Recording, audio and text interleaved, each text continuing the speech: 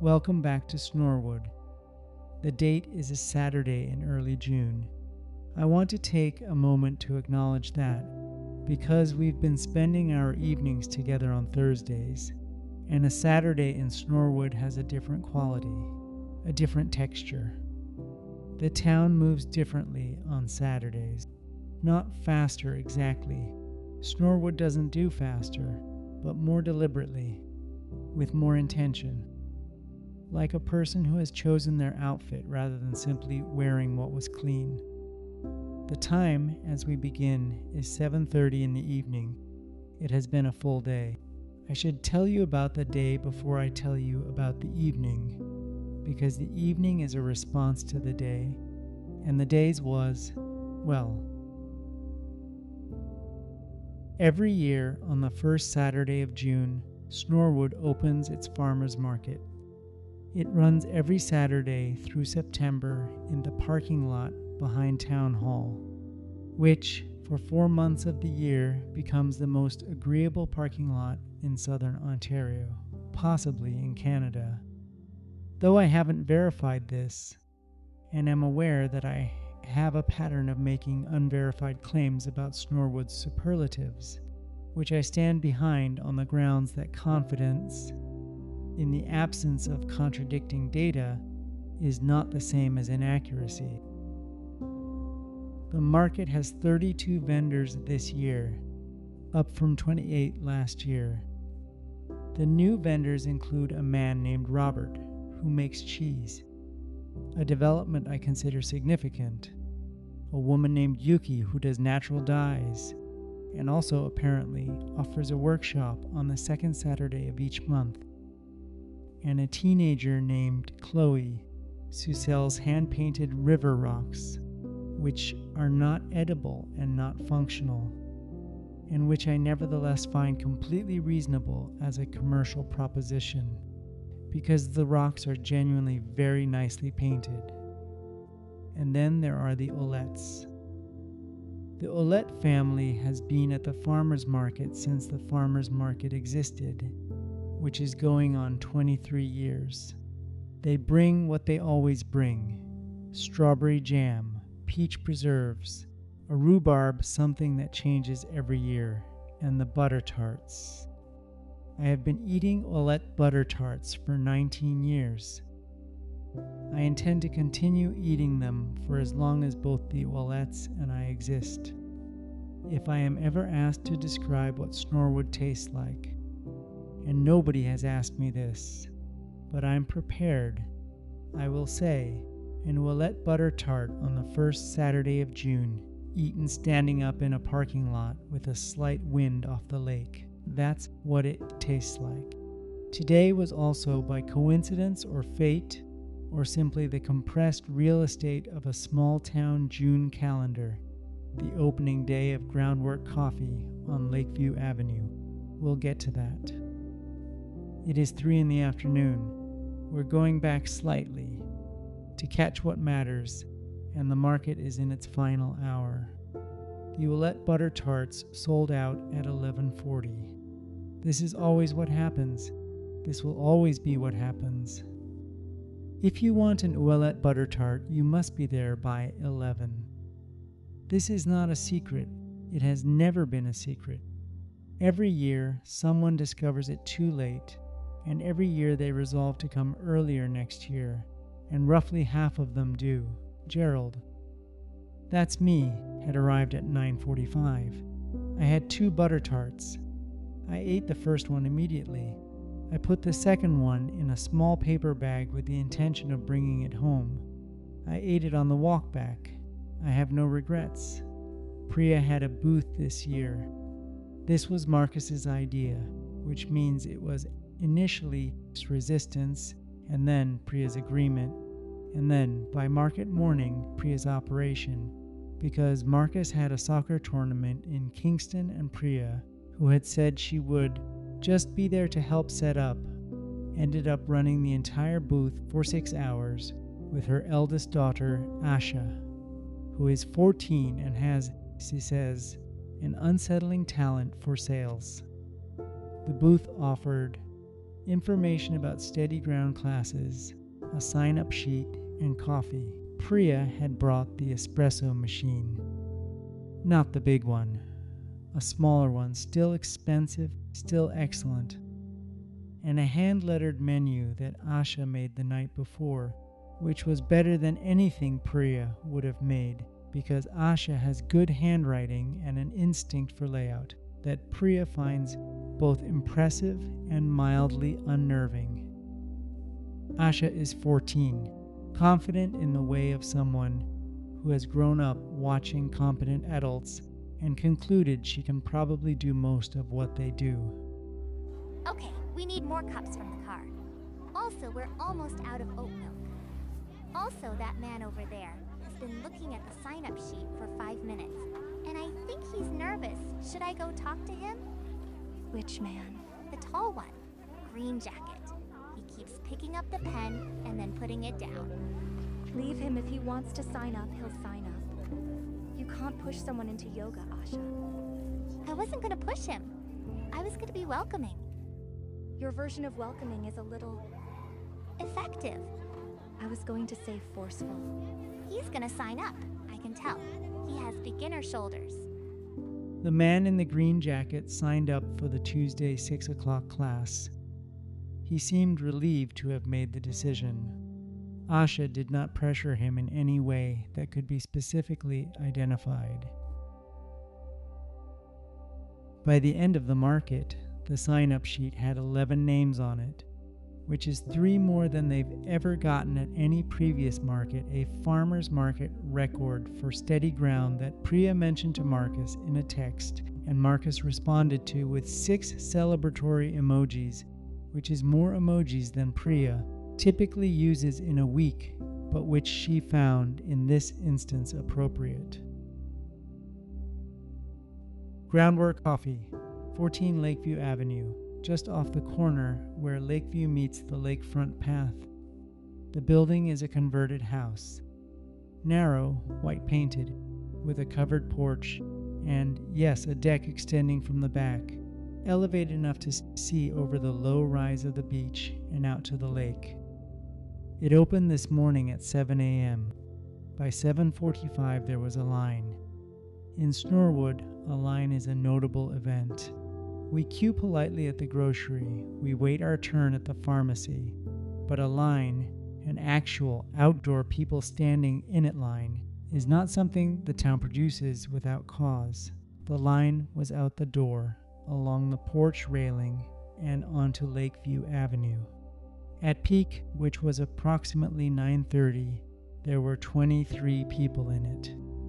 I know this because I counted. I was not in the line. I had a butter tart to get to, but I walked past. The owners of Groundwork are a couple, Jonah and Claire Prevost Reyes, who moved to Snorewood from Ottawa 14 months ago. I've spoken with them for the history. They're in their early 40s, energetic in an organized way, the kind of people who make lists and actually use the lists, which I find both admirable and slightly foreign to my own experience. Jonah roasts the beans himself, a small roaster in the back of the shop, which you can smell from the sidewalk, and which is objectively an excellent smell. The coffee is very good. I can say this with authority because I went in on a soft opening Thursday last week, before the official opening, when there were only 4 other people there. I had a flat white. It was excellent. He thanked me. He did not ask if I was the town historian. I offered the information. He was polite about it. The deck is lovely. I'll just say it. It has 8 tables, a railing of weathered wood, the lake spread out beyond the beach, the big, patient, blue-gray-green fact of it, which from that elevation and that angle looks in the morning light genuinely remarkable. It is possible to sit on that deck with a very good cup of coffee and feel, without any particular effort, that things are quite fine. I sat there for 40 minutes. I want to be clear that I also love the Drowsy Bean. These are not mutually exclusive positions. At 4:30 in the afternoon, Maureen closes the Drowsy Bean on the dot, something she never does, usually staying until 5 or after on Saturdays, and she does something she also never does. She takes a walk. Maureen walks places the way most people drive, with a destination, a route, an estimated time. She does not wander. Wandering, in Maureen's personal cosmology, is a thing you do when you haven't made a decision yet, and Maureen has almost always made a decision. Today she walks south on Main, then left on Lakeview. She walks past the Ouellettes booth, which is almost fully packed up. She stops and buys a jar of peach preserves, because the peach preserves are extraordinary, and this is not the year to get precious about supporting local vendors. And she continues down the street. She stops on the sidewalk outside number 14. The line is gone. It's past 4. The deck is maybe half full. Through the large front window, she can see the interior. Warm lighting, good bones in the space, a hand-lettered menu board, a display of the roasted beans in small craft bags. She stands on the sidewalk and she looks at it. Just looks. Maureen, to herself, very quietly, in a tone she wouldn't use if anyone were listening. Okay, yes, nice space. Maureen looks at the deck, just visible from the sidewalk angle. Something crosses her face that is not defeat and not concession, but is perhaps something like respect, which, in the competitive topology of Snorewood's coffee industry, is a significant cartographic event. Good for them. Maureen says it differently this time. She means it differently. She turns and walks back up the street. She stops at the corner of Lakeview and Main. She stands there for a moment, looking back downtown at her street, as she calls it. The brick storefront, the Gazette, Bev's, the lamppost where the raccoon turns north every night. Then she goes home. She doesn't often go home before 7. She has a house 4 blocks north of downtown, a small Victorian with a porch she rarely uses, a garden that is doing better than she's giving it credit for, and a cat named Harold who has opinions about meal timing that Maureen has been managing for 11 years. She opens her front door. Harold greets her in the way of cats who are hungry but have decided to be dignified about it. She puts the peach preserves on the counter. She feeds Harold. She stands in her kitchen for a moment. Then she takes out a piece of paper and a pen, and she sits down at her kitchen table, which she almost never does in the afternoon, and she begins to write. She writes for 20 minutes. She crosses things out. She writes them differently. She crosses them out again. At 5:15, she puts the pen down and looks at what she's written. We'll find out what it says, but not quite yet. Doug Parkinson was at the farmer's market this morning. He bought 2 jars of rhubarb preserve, a small bunch of radishes that he is not certain he'll use, but felt the purchase was right, and an Ouellettes butter tart, which he ate sitting on the bench at the end of the pier at 9 a.m. He wants me to note that this is not a morning rating. He was very clear about this when I saw him earlier today. He rates the lake in the evening. He does not do morning ratings. The morning is a different lake, he said, and he is not qualified to rate the morning lake because he hasn't done the work on it. The evening lake is his lake. He ate the butter tart on the pier in the morning, and he watched the lake, and he did not assign a number. He just watched. He described it to me later as very good. He meant the morning, not the butter tart, though the butter tart was also very good. He meant the morning lake. Very good, no number. Just very good. Now it is 8:15 and Doug is back. The second time today, which is also unusual. He has the binoculars. He has the notebook.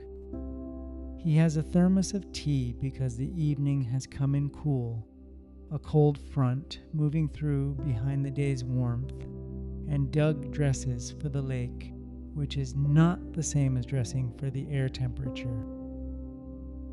Doug, deliberate, a man taking something seriously. Saturday.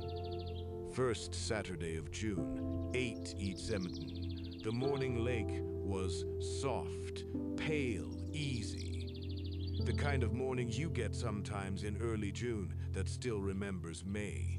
Tonight it knows its June color. Deep blue-green, not gray at all. The summer color coming in. I wasn't expecting it quite yet. Usually takes another week, but here it is, 8 out of 10 for color. High marks for color tonight. It earned it. Choppiness. 3. Low, consistent. The swell from this morning's wind has settled.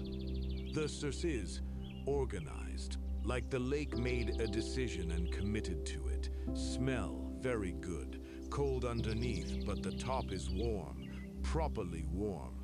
First time this year the smell has been. Some 7 out of 10 for smell. Could go higher. Give it a week. Overall tonight, the lake is an 8. Same as last week. But it's a different 8. Last week was a May 8, an 8 of potential, an 8 of on the way to something. Tonight is a June 8, an 8 of arrival. There you are. He stays for 27 minutes. On his way back up the beach, he stops where the sand meets the path and he looks back once at the water. He looks back at the lake the way you look back at someone you've just had a good conversation with. Then he goes home to his rhubarb preserves and his reasonable uncertainty about the radishes. It is 7:35 and Bev is doing her lap. She spent the afternoon at the farmer's market where she does not have a booth.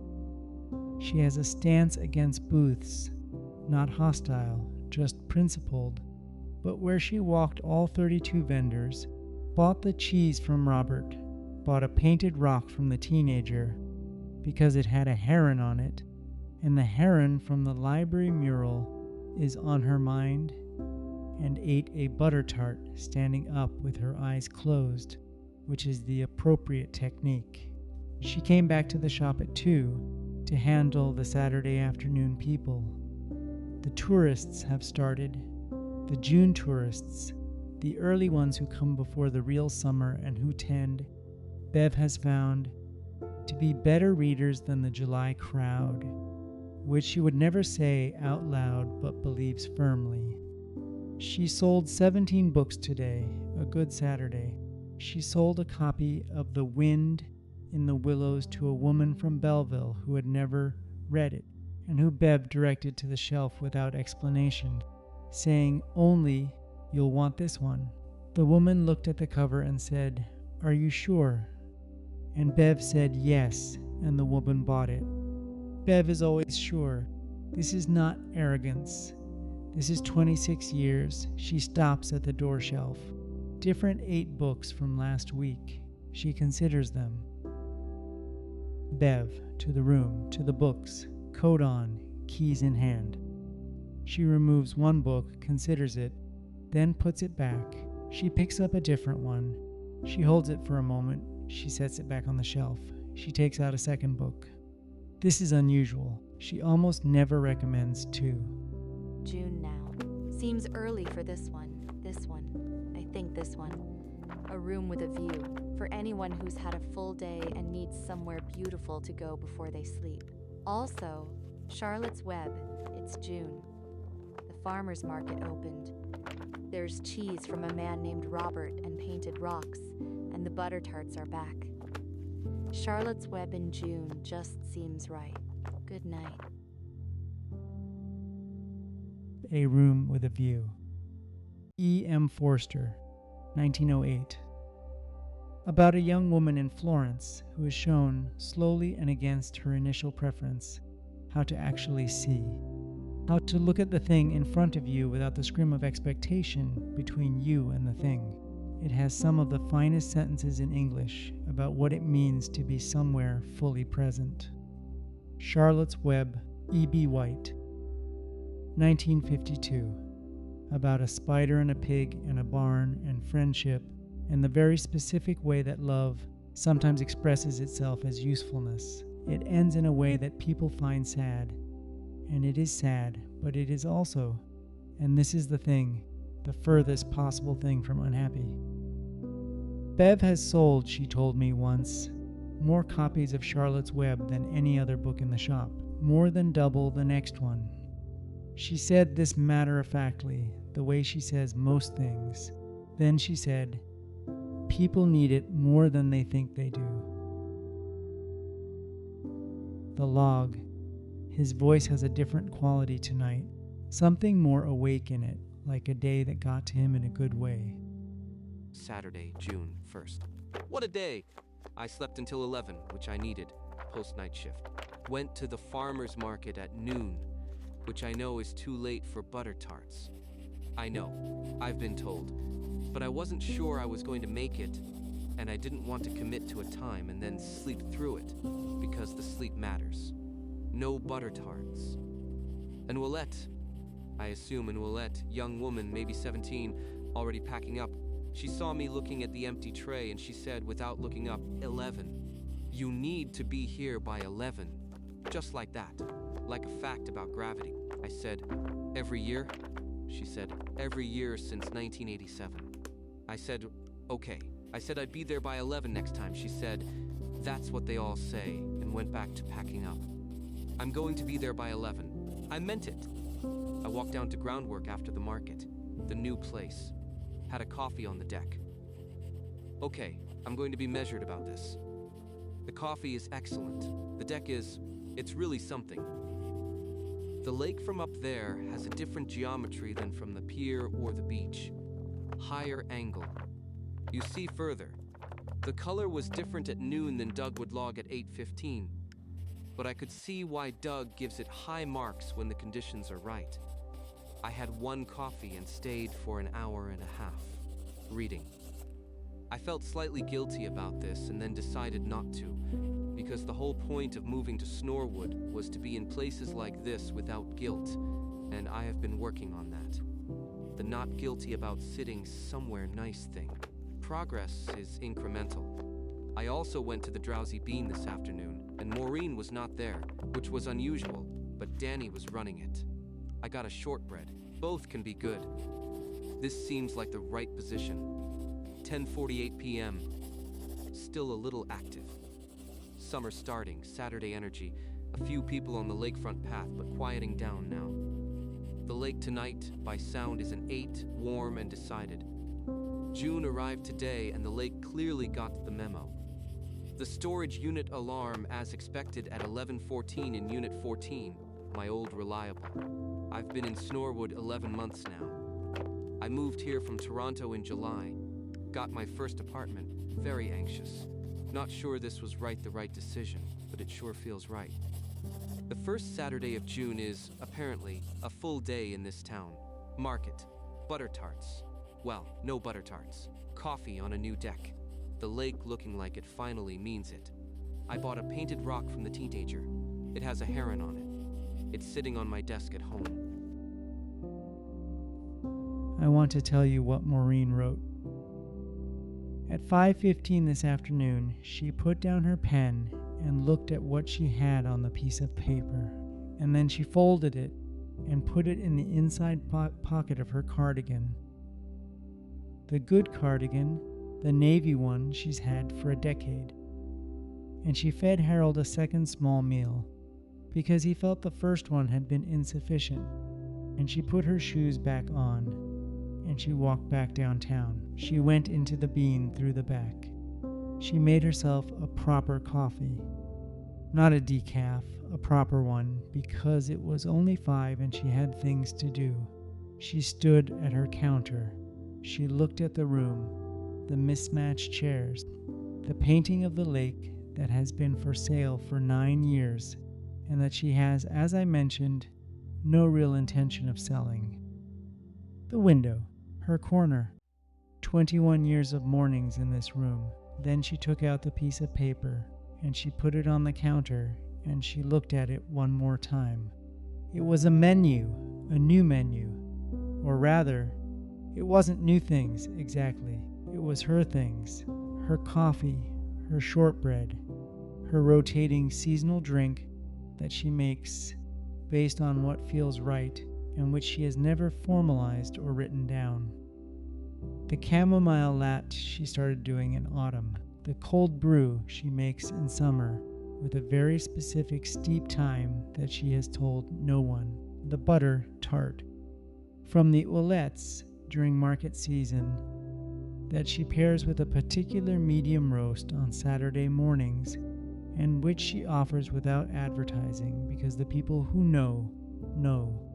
She'd written it all down, named it all, with small descriptions in her handwriting, which is small and precise and somehow warm at the same time. At the bottom, she had written a line she crossed out twice and rewrote 3 times. The final version said, Snorewood's Corner since 2003. She's going to have it made into a proper menu board. And she called someone about it this evening. She's not putting in a deck. She's not changing the hours. She's not doing nitrogen cold brew, whatever that is. She's doing what she does, better labeled. That's Maureen's version of a response to the world. Not defense, not aggression, just about what she is and where she is and how long she's been here doing it. She stayed until 9, like always. She turned the sign. She poured the decaf. She sat at the window table and she watched the street. Terry Bouchard went by, walking home from wherever Terry goes on Saturday evenings, moving at his particular pace. Purposeful, a little ahead of himself. She raised her mug at the window. He didn't see her. He was looking at his phone. She didn't mind. She put the mug down. She watched her street, the lake. Gentle now. Something decided in it, as Doug noted. Summer, arriving, the guitar, the familiar few notes. Slower tonight, if anything. Warmer, and below it. Just barely. Just at the edge of hearing.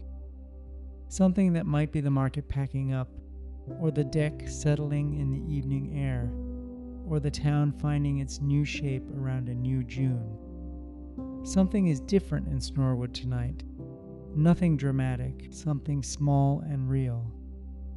The kind of change you only notice later. When you think back, when you wonder when exactly things shifted, you'll probably think, it was that first Saturday of June, the rock with the heron, the deck and the menu board, and the lake arriving at its summer color a week early. It was the day that felt like it counted. The lake is an 8 tonight. A June 8. Doug said it was a different 8 from last week.